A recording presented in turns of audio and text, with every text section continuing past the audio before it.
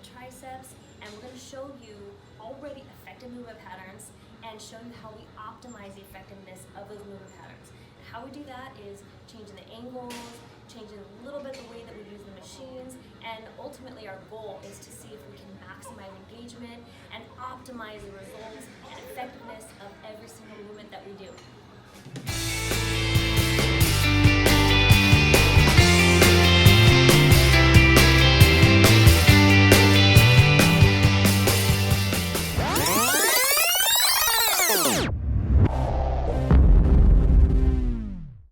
In order to optimize training any muscle, I think it's really important for us to get a really intimate idea of what muscles that we want to engage and be really focused on, okay? So when it comes to the dominant part of the arm, it's a little bit different than what some people think. So it's actually the triceps brachii, the back of the arm, which comprises the majority of your arm. And then the biceps brachii is a little bit smaller of a muscle group. And of course we have our shoulders and we have our flexors and extensors in our forearm. So again, in green, we have the triceps, red, we have the biceps, yellow, I'm color coding in the deltoids, and then the forearms, I color coded in blue. But again, as you can see, the triceps is the dominant part of the arm. So I'm going to cover 3 target exercises for the biceps and 3 for the triceps. Target exercise number 1 that we're going to maximize and optimize is going to be a standing alternating biceps curl. Something that I want to focus on with the standing bicep curl is that this is already a super effective way to train your biceps. One thing to keep in mind is that it's about at 90% of the range in which we feel the maximum contraction.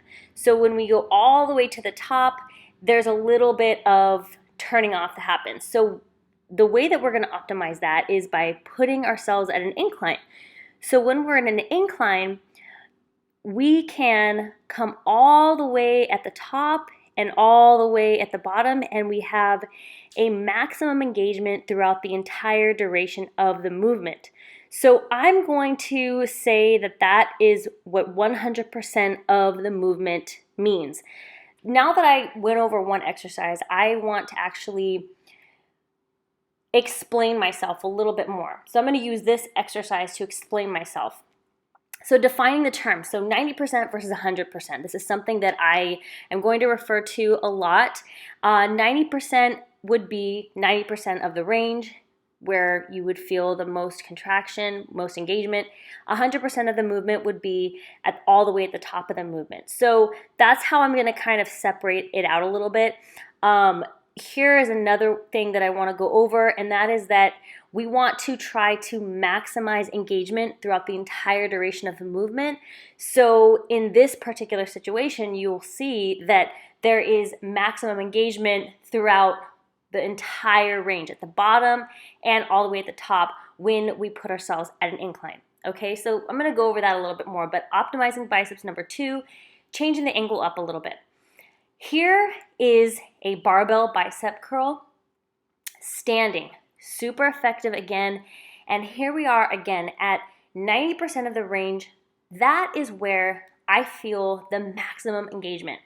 I went all the way to the top and all the way down. That's usually what I do, but it's at 90% of that range in which I am feeling it the most. Okay, so the way that we're going to optimize this particular exercise is by taking it to a preacher curl. So barbell preacher curls, we're doing very similar movement pattern, but now by putting our elbows out in front, we are reaching maximum engagement at the bottom and also 100% at the top.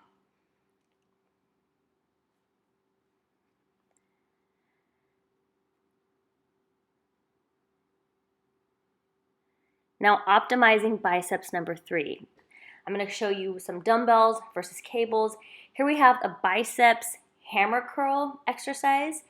Again, in the bicep hammer curl exercise, because I'm standing, again, here we are at almost all the way up. I'm feeling it. I feel pretty great engagement, but the biceps do turn off a little bit at the bottom, and then you get a little bit of the anterior delt at the top. Unlike the cable rope hammer curls, in which, because there is a constant tension pulling, I'm getting engagement at 100% of the range, meaning all the way at the top and all the way at the bottom. I have the cable pulling against me, so there's a constant tension throughout the movement. So now we're going to switch gears to triceps. So changing the angle in a basic tricep extension movement. We get amazing engagement in the standing tricep extensions on the cables. It's great. You know, if you pull your shoulders back, you can really feel that in the back of your arm. However, there is a little bit of tension in the traps. So I would say at about 90% of the range is when you get the maximum engagement in the triceps, and all the way through, it does transfer a little bit to the traps.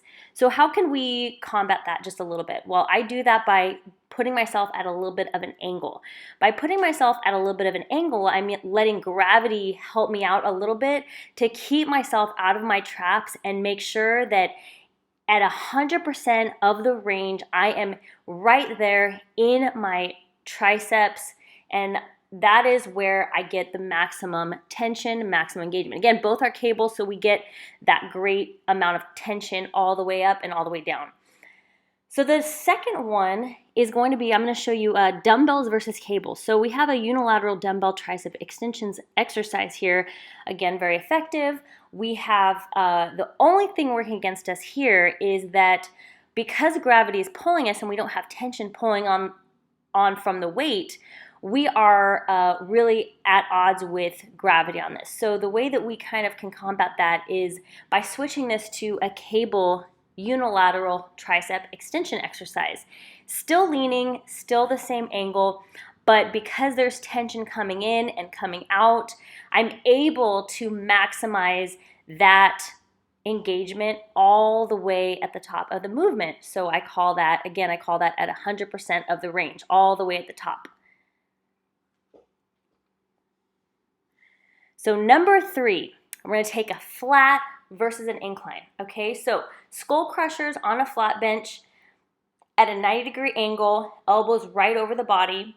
We get engagement in the triceps, back of the arms. It's great, but there's a little bit of transfer because we're on a flat bench.